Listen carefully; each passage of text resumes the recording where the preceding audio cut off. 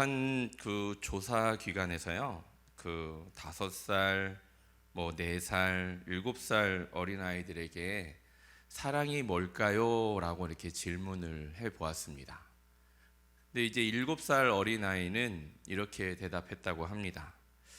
서로 향수를 바르고 그 사랑하는 사람이 자기의 향기를 맡는 거예요. 그러니까 7살 어린아이가 남자는 남자아이의 어린대로 향수를 바르고 여자는 여자아이의 향수를 바르고 서로 만나서 서로의 향기를 맡는 거예요 라고 이제 대답을 했다고 합니다. 또 5살 된 이 어린아이는요 이렇게 이야기했다고 합니다. 이쁜 셔츠가 참 당신의 셔츠가 이뻐요 라고 이야기하면 그 사람을 만날 때마다 그 이쁘다고 한 셔츠를 입고 나오는 거예요 라고 이제 이야기를 했습니다. 4살짜리 어린아이는 이렇게 대답했습니다. 우리 집 강아지가 나를 핥아주는 거예요. 그래서 왜 강아지가 핥아주는 게 사랑이냐라고 물어봤더니 하루 종일 집에 혼자 놔두고 가끔 한 번씩 집에 들어가도 내 딱 옆에 달라붙어서 하루 종일 나를 핥아줘요 라고 이렇게 이야기하더라는 거예요.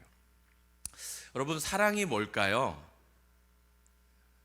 참 어렵습니다. 알지만 어렵습니다. 기독교에서 가장 중요한 것이 뭘까요? 성경에서 가장 중요하게 이야기하는 것, 어떻게 보면 십자가다라고 이야기할 수 있지만 그 십자가도 사실은 그 이면에는 예수님의 사랑이 담겨져 있는 것입니다. 불교가 사랑을 가장 많이 이야기한다라고 이야기하고 자비를 많이 이야기한다라고 하지만 실질적으로는요 우리 이 기독교보다 더 사랑을 많이 이야기하고 더 자비를 이야기하는 종교는 없습니다. 성경은 창세기부터 요한계시록까지 다 하나님의 사랑을 이야기합니다. 이 땅을 향한 사랑, 우리를 향한 사랑을 이야기하십니다. 그래서 기독교의 가장 중심된 내용이 바로 이 사랑인 것 같습니다. 그래서 요한복음 우리가 너무나도 잘 아는 3장 16절 말씀에 보면 이렇게 나와 있죠. 하나님이 세상을 이처럼 사랑하사 독생자를 주셨다. 어떤 종교가 자신의 아들을, 우리를, 그 종교를 믿는 누군가를 위해서 자신의 아들을 준 종교는 없다라는 거죠. 그만큼 이 기독교는 사랑이 최고인 종교입니다. 또 고린도전서 우리가 잘 아는 13장 13절 말씀에 보면 이렇게 나와 있습니다. 믿음, 소망, 사랑 이 3가지는 항상 있을 것인데 그 중에 제일은 사랑이라. 여러분, 우리가 하나님을 믿고 있습니다. 근데요, 하나님을 어떻게 해서 믿었을까요? 우리가 하나님을 믿는 신앙 중에 무엇이 가장 중요할까요? 우리가 언뜻 생각해 보면 믿음이 가장 중요하다라고 이야기하는 분들이 많습니다. 근데요, 여러분, 믿음보다 사랑이 더 중요합니다. 사랑이 더 앞서야 돼요. 우리가 하나님을 몰랐을 때에 하나님의 그 말씀을 듣고 믿음이 먼저 생기는 것이 아니고요, 하나님이 우리를 이렇게 사랑하시는구나 라는 걸 깨달아져야 회개가 이루어지는 거거든요. 그리고 난 다음에 믿는 거예요. 근데 우리는 이것을 자꾸 믿음이 있으면 사랑이 생긴다라고 생각합니다. 오늘 우리가 잘 아는 고린도전서 13장 말씀도 마찬가지입니다. 믿음, 소망, 사랑 이 3 중에 항상 있을 것인데 가장 중요한 것이 뭐라고 했습니까? 사랑이다. 믿음보다 사랑이 앞서야 되는 거예요. 우리가 하나님을 믿으려면요, 하나님을 사랑하는 마음이 충만해야 믿을 수 있어요. 근데 우리는 자꾸 이것을요 바꾸어 생각합니다. 우리 잘 생각해 보셔야 합니다. 우리가 하나님을 왜 믿게 되어졌고, 하나님 앞에서 우리가 왜 회개하고, 우리가 하나님 앞에 말씀을 듣고 그 말씀을 왜 실천하고 있는지. 그 밑바탕엔요 믿음보다 사랑이 깔려 있기 때문에 그래요. 근데 우리는요 그 사랑이 앞선다라고 잘 생각하지 않습니다.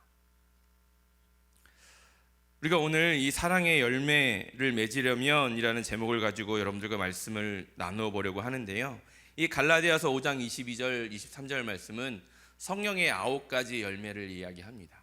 제가 지난주에 말씀을 증거할 때 이 성령의 9가지 열매는 단수로 표현되어져 있다라고 분명히 이야기했습니다. 즉, 한 성령을 통하여서 이 9가지 열매가 나오는 거예요.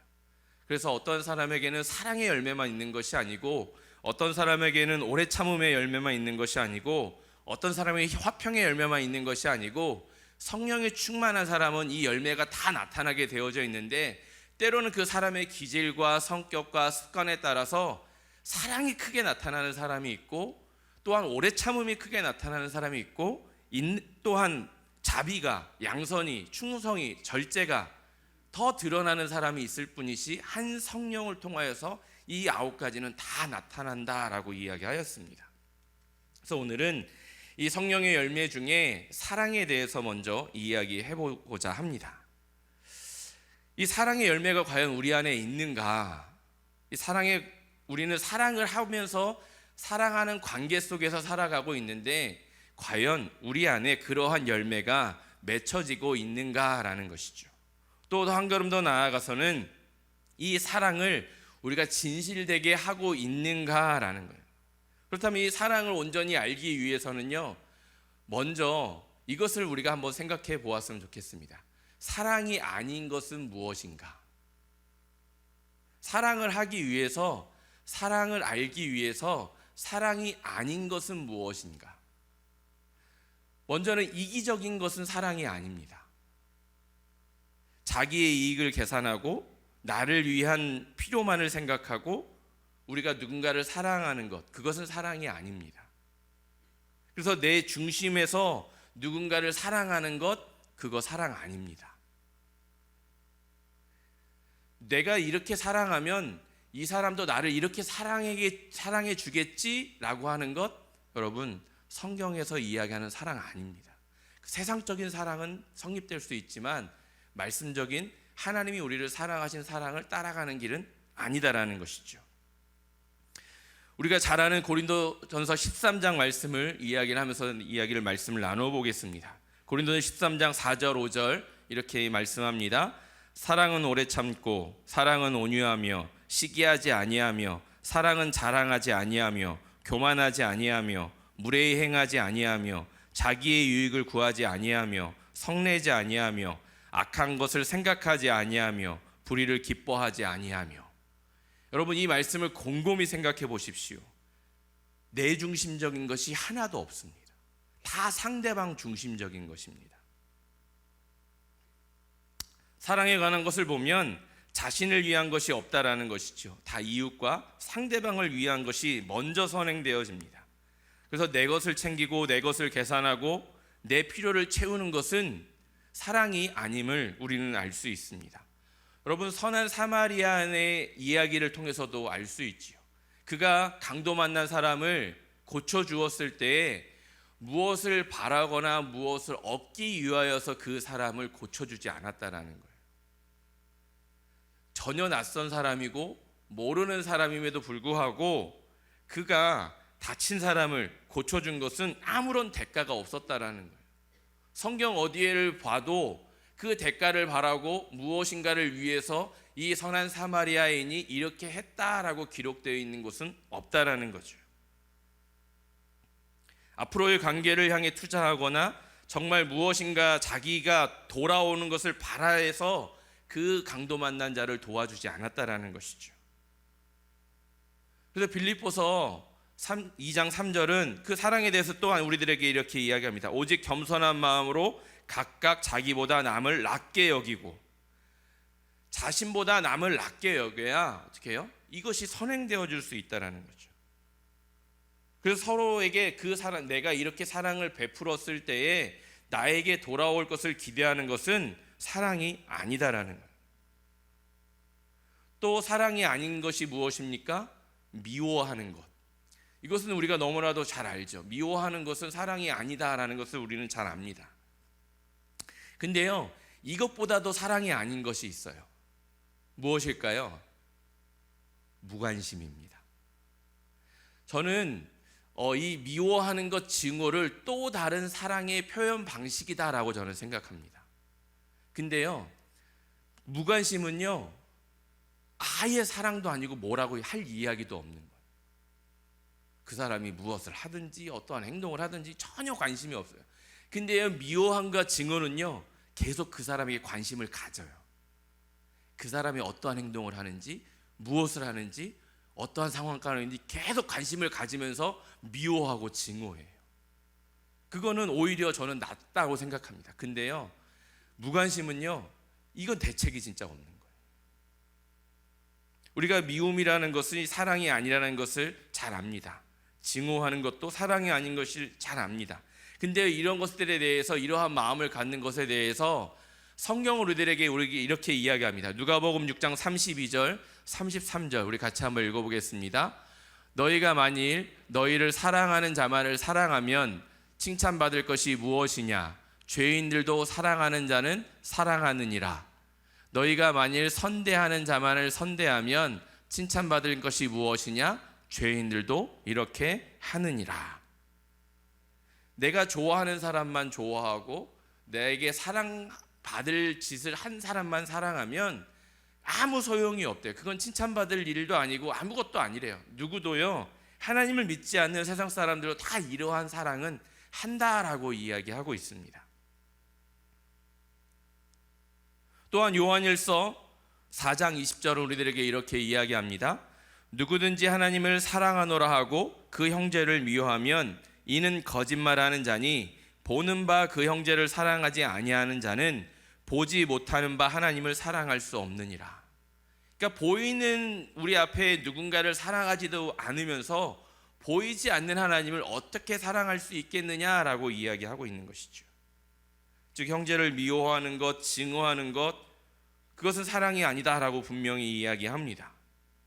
우리가 보이는 우리 주변의 사람들을 먼저 사랑해야 어떻게 그것으로서 우리가 하나님을 사랑할 수 있다라는 것을 보일 수 있다라고 이야기하고 있는 것이죠. 또한 이 사랑이 아닌 것은 표현하지 않는 것입니다.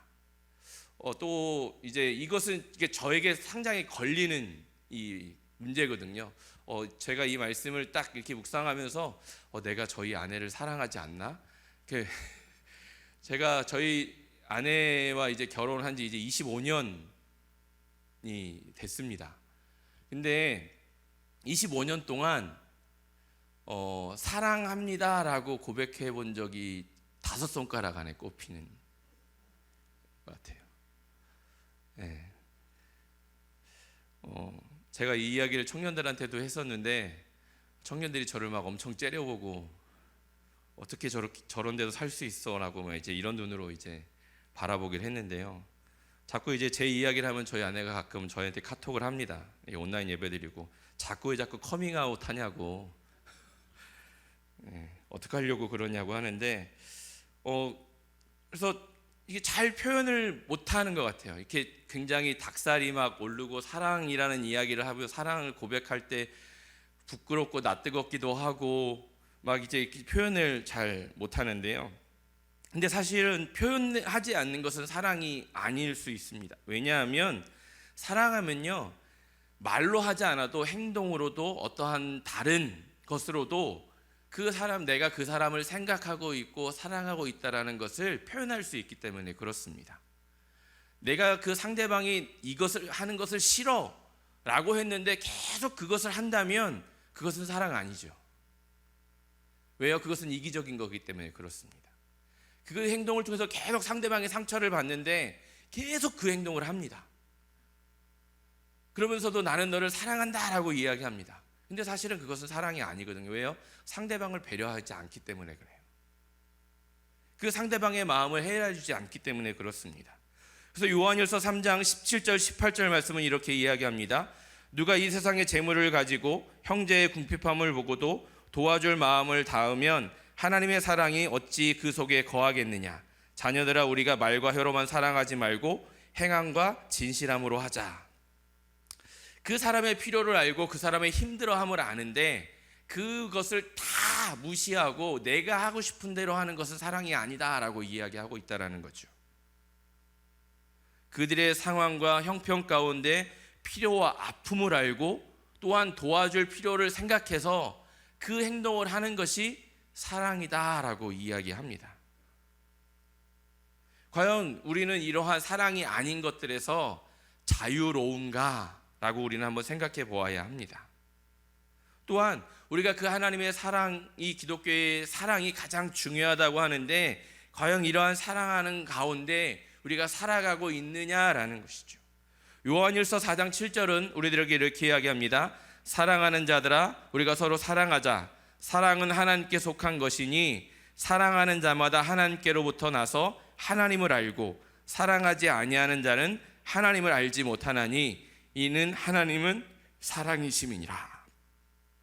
제가 이 말씀을 묵상하고 이렇게 깨달았습니다. 사랑도 내가 가진 사랑으로서는 사랑할 수 없구나. 왜요? 내가 가진 사랑으로 사랑을 하려면요, 그 사랑은 늘 변합니다. 달라집니다. 내가 어렵고 힘들면 사랑하기가 힘들어집니다.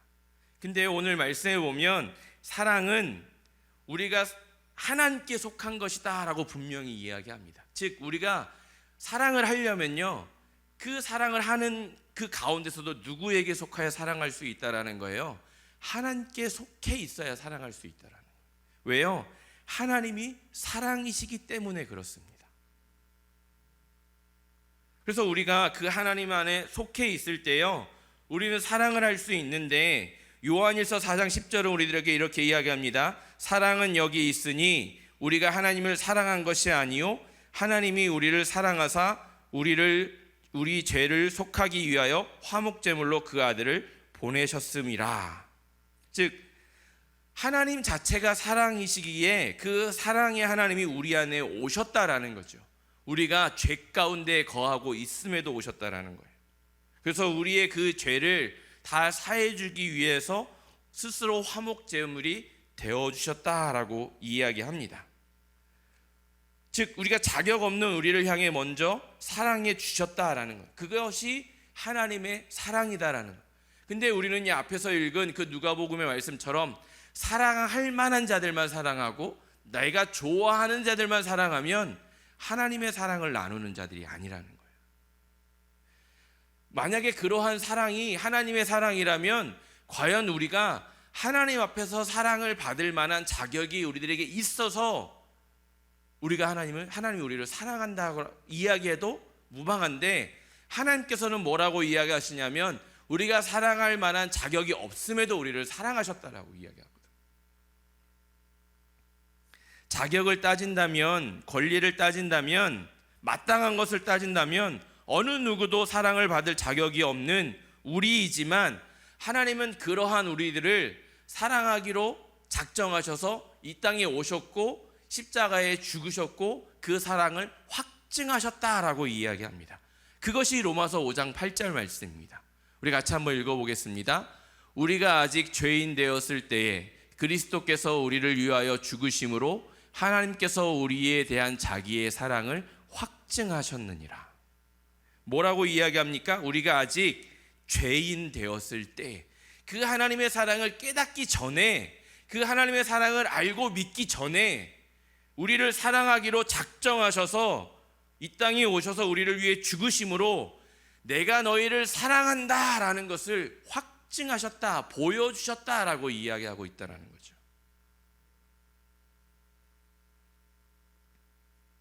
이 조건 없는 사랑을 하나님은 이야기하고 있습니다. 예수 그리스도께서 이 땅에 오시고 우리를 향해 십자가에 죽기까지 우리를 사랑하신 하나님의 사랑, 이 사랑을 이야기하고 있다는 거죠. 또한 하나님의 사랑은 변함없는 사랑이다라고 우리는 알고 있습니다. 왜 변함없는 사랑이라고 이야기합니까? 로마서 8장 38절 39절에 이렇게 이야기합니다.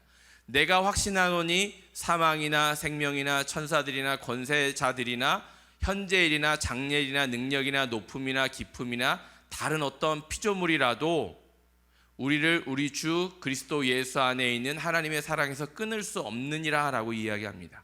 하나님이 어떤 상황에 있더라도 우리를 사랑하는 그 마음은 변함이 없다라는 거예요. 천사들이 자신을 유혹하는 일이나 또한 십자가의 앞에 있는 그 사망을 앞에 놓고 있어서도 하나님은 우리를 사랑을 하는 것들을 끊지 않으신다라는 거예요. 근데 우리에게 가진 사랑은요, 그렇지 않죠. 내가 어려움을 당하고 힘듦이 있고 고난이 있으면요, 누군가를 사랑하는 것이 힘듭니다. 힘들 때, 안 될 때, 어려울 때 우리는 그 사랑이요 냉랭해지고 차가워집니다. 근데 하나님의 사랑은 그렇지 않다라고 이야기합니다. 이 세상의 어떤 것도, 어떠한 상황도, 어떠한 과거, 현재, 미래도 하나님이 우리를 사랑하는 것에서 끊을 수 없다라고 이야기하고 있다라는 것이죠. 이것이 하나님의 사랑입니다. 그렇기에 자격 없는 우리를 사랑하신 거예요. 우리가 아직 죄인 되었을 때 우리를 사랑하기로 확증하신 거예요. 이 땅에 오셨고 십자가에서 죽으셨다라는 거죠. 그렇다면 우리는 어떻게 이 사랑을 할 수 있을까? 과연 우리는 이렇게 그 하나님의 사랑을 따라갈 수 있을까? 여러분, 할 수 없죠. 왜요? 우리의 사랑은 제한적이기 때문에 그렇습니다. 그런데도 하나님은 우리에게 이렇게 사랑하라고 말씀하시는 것이거든요. 어떻게 가능할까요? 제가 선언에도 이야기하셨지, 그 하나님 안에 거할 때 가능한 거예요. 이 갈라디아서 5장 22절, 23절 말씀을 우리가 자세히 읽어보면요, 우리의 힘으로는 할 수 없는 것들이에요. 그렇다면 어떻게 할 수 있을까요? 우리가 하나님 안에 거하고 성령이 충만할 때 가능한 거예요. 즉, 내가 사랑이 없음을 인정하고 그 하나님의 사랑을 우리가 온전히 받아들일 때 가능한 거예요. 내 힘으로 사랑을 할 수 있습니다, 내 힘으로 누군가를 이렇게 베풀 수 있습니다 라고 생각을 가져서는요, 하나님의 사랑이 우리 안에 채워질 수 없기 때문에 그렇습니다. 그래서 우리가 이러한 사랑을 하려면요, 그 하나님의 사랑을 우리가 깊이 묵상해야 합니다. 하나님이 나를 어떻게 사랑하셨는지, 어떻게 사랑하셔서 이 땅에 오셨는지, 그리고 이 땅에 오셔서 무엇을 하셨는지, 그 사랑을 내가 받을 때 내가 어떠한 상태였는지, 그것을 우리가 묵상해야 되는 거예요. 그래서 내가 누군가를 미워하게 되면 하나님이 나에게 이러한 미움을 가질 만한 때에도 하나님이 나를 이렇게 사랑하셨지라는 것이 깨달아져야 그 미움이 중단되어 줄 수 있는 거예요. 그래서 그 미움 앞에, 증오 앞에, 시기와 질투 앞에 어떻게 해요? 나를 자꾸 세워보아야 하는 거예요. 그래서 사랑은 하나님께로부터 온 것이에요. 요한일서 4장 13절은 그래서 우리에게 이렇게 이야기합니다. 그의 성령을 우리에게 주심으로 우리가 그 안에 거하고 그가 우리 안에 거하시는 줄 아느니라. 또한 16절은 이렇게 이야기합니다. 하나님이 우리를 사랑하시는 사랑을 우리가 알고 믿었노니 하나님은 사랑이시라. 사랑 안에 거하는 자는 하나님 안에 거하고 하나님도 그 안에 거하시느니라. 이것이 제가 앞에서 이야기하고 있는 말을 반증하는 거예요. 믿음이 먼저가 아니라 사랑이 먼저라는 거예요. 하나님이 우리를 사랑하시는 사랑을 알고 우리가 믿었다라고 이야기합니다. 그래서 우리가 그 사랑을 온전히 깨달을 때요, 그 사랑을 가지고 누군가를 사랑할 수 있게 돼요. 내가 가진 제한적인 이성적인 사랑, 육신의 사랑을 가지고 누군가를 사랑하겠다고 결단하는 것이 아니라 하나님이 나에게 찾아오신 그 사랑을 내가 온전히 받아들일 때 그 사랑을 할 수 있게 되어지는 거죠. 그래서 로마서 5장 5절은 우리들에게 이렇게 이야기합니다. 우리에게 주신 성령으로 말미암아 하나님의 사랑이 우리 마음에 부은 바 됨이니라고 이야기합니다. 하나님은 우리들에게 성령을 주셨고 그 성령을 통하여서 사랑을 충분히 부어 주셨는데 우리는 그것을 가지고 내 안에만 가둠을 통하여서 누군가를 사랑할 때는 내가 가지고 있는 육신의 연약함만을 가지고 사랑하게 되어지니까 어떻게 해요? 내가 좋아하는 사람, 나에게 할 만한 것을 하는 사람, 내 스타일인 사람만 자꾸 그 사랑을 나누게. 그 사랑도요 제한적이어서 내가 힘들고 어려우면 그 사랑도 나가지 않는 거죠.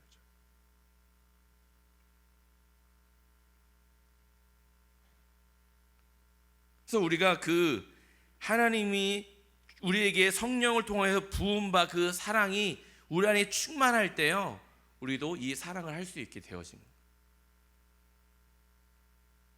또한 우리가 사랑하려면요, 우리가 선택해야 합니다.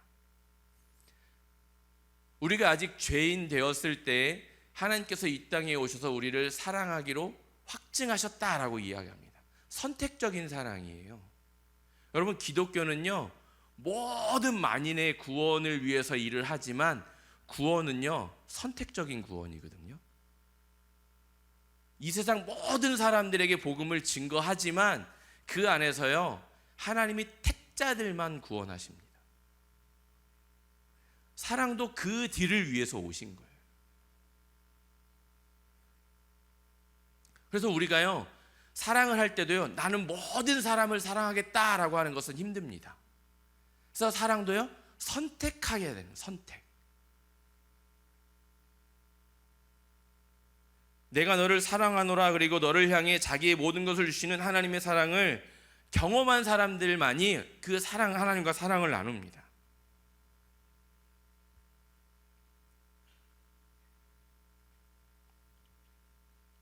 여러분, 우리가 사랑을 하려면요, 선택해야 합니다. 여러분, 나는 모든 사람을 사랑해 하고 다 결혼하지 않으셨잖아요. 다 같이 살지 않으시잖아요. 그 한 사람을 사랑하기로 선택해서 그 한 사람과 결혼했고 그 한 사람과 지금도 살고 계시는 거잖아요. 이것처럼 여러분, 우리가 사랑을 하려면요, 선택해야 되는 거예요. 그 하나님의 사랑을 느끼고 나누려면요, 우리가 하나님께 받은 사랑을 기억해야 되고 그 받은 사랑 안에 거해야 되고, 이미 예수님께서 이 땅에서 오셔서 죽으시고 3일 만에 부활하셔서 어떻게요? 다시 승천하시면서 우리에게 항상 같이 있을 수 있는 보혜사 성령을 보내주셨다라고 이야기하셨습니다. 즉, 우리는 그 성령 안에 거하는 사람들이에요. 그래서 우리가 하나님의 전이다라고 이야기합니다. 그래서 그 성령의 전 안에 있는 전이기 때문에 우리는 우리 안에 항상 무엇이 거하는 거예요? 사랑이 충만한 성령님이 거하시는 거예요. 그 성령님이 거하니까요, 그 사랑을 우리가 느낄 때마다 누군가를요, 미워해야 되는 사람도 그 미움을 끊고 사랑할 수 있게 되어지는 거죠. 우리가 가진 사랑으로 누군가를 사랑하겠다? 여러분, 불가능합니다. 그것이 가능한 것은요, 우리가 성령 안에 있을 때 가능해요. 그 안에 있을 때. 그래서 우리가요, 항상 그 하나님을 우리가 바라볼 수 있어야 돼요. 내가 누군가를 미워하고 증오하는 마음이 생기고 싫어하는 마음이 생길 때 그 싫어하는 마음 앞에 내가 나 자신을 하나님 앞에 자꾸 세워보아야 합니다. 하나님이 나를 어떻게 사랑하셨고 어떻게 찾아오셨고 어떠한 상황 가운데 오셨는지. 여러분, 우리가 앞으로 이 갈라디아서 5장 22절 말씀을 계속해서 나눌 터인데요, 그것 우리가 이 말씀을 나눌 때마다 그 말씀 앞에, 그 사랑 앞에, 그 주제 앞에 나를 온전히 세워보고 또한 하나님 앞에 우리의 삶을 드릴 수 있는 저와 여러분이 되었으면 좋겠습니다. 그래서 올 저희 교회 표어가 성령의 열매 맺는 교회인데, 이 성령의 열매를 우리의 삶 가운데 또한 우리 자신이 맺어서 하나님 앞에 드리려고 하는 것이 아니라 우리가 성령 안에 거할 때 이 열매들이 맺을 수 있다는 것을 우리가 충분히 또한 느끼면서 깨달아가면서 그 하나님 앞에 거할 수 있는 저와 여러분들이 다 되어졌으면 좋겠습니다.